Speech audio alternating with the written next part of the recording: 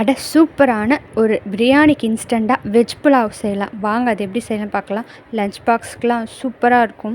சட்டுப்புட்டுன்னு செஞ்சிடலாம். அது எப்படி செய்கிறதுன்னு பார்க்கலாம் வாங்க. அதுக்கு நார்மலாக நான் இங்கே கடாய் தான் எடுத்திருக்கேன், குக்கர் எடுக்கல. நார்மலாக நம்ம ஒரு கடாயில் வந்துட்டு நிறையா ஆயில் ஊற்றிக்கலாம்.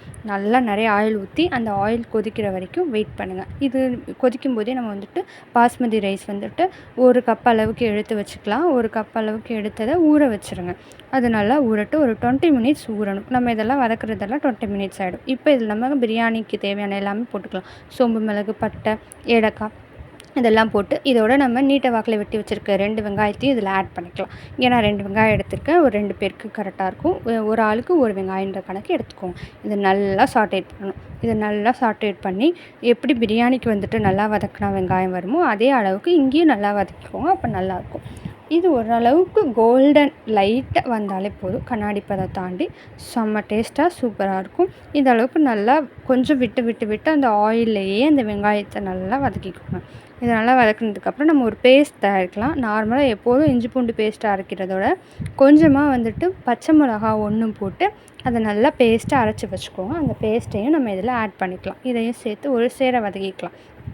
இதை நல்லா ஒரு சேர வதங்கினதுக்கப்புறம் நம்ம இதில் வந்துட்டு தக்காளி ஆட் பண்ணிக்கலாம். 2 வெங்காயம் நிறையா போடுங்க. வெங்காயம் நிறையா இருக்கணும். தக்காளி அதுக்கு பாதியாக இருக்கணும். 1 போட்டுக்கோங்க. ஓகேவா? அதுவும் நல்லா தக்காளியும் சேர்த்து ஒரு சேர நல்லா ஒன்றுக்கீரை கிண்டிக்கோங்க. நல்லா கிண்டினதுக்கப்புறம் இதில் நம்ம தேவையான வெஜிடபிள்ஸ் போட்டுக்கலாம். உருளைக்கிழங்கும் பீன்ஸும் நான் இங்கே எடுத்திருக்கேன். நீங்கள் வந்துட்டு பட்டாணி என்ன வேணும்னாலும் வெஜிடபிள்ஸ் ஆட் பண்ணிக்கோங்க. அதோடு சேர்த்து நல்லா ஒரு சேர வதக்கிக்கலாம். இதை நல்லா ஒரு சேர வதக்கி வந்துக்கிட்டே இருக்கணும்.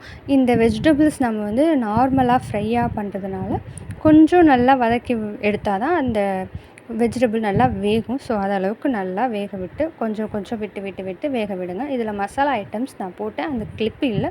ஸோ இதுக்கு அளவு வந்துட்டு நம்ம கரம் மசாலா, சகப்புத்தூள், மஞ்சத்தூள், உப்பு, மல்லித்தூள் லைட்டாக போட்டுக்கலாம். இது மட்டும்தான் இதில் வந்துட்டு எல்லாமே ஒரு டீஸ்பூன் போட்டுக்கோங்க. மஞ்சத்தூள் மட்டும் 1/4 டீஸ்பூன், உப்பு தேவையான அளவு போட்டுக்கோங்க. நான் 1 டீஸ்பூன் இங்கே போட்டிருக்கேன். அதோடு சேர்த்து நல்லா ஒரு சேர இது எல்லாத்தையும் கிண்டிக்கிட்டே இருக்கலாம். இதை நல்லா கிண்டிக்கிட்டே இருக்கும்போது நம்ம ஆல்ரெடியே ஊற வச்ச பாஸ்மதி ரைஸும் தண்ணியும் அளவு போட்டுக்கலாம். 1:3.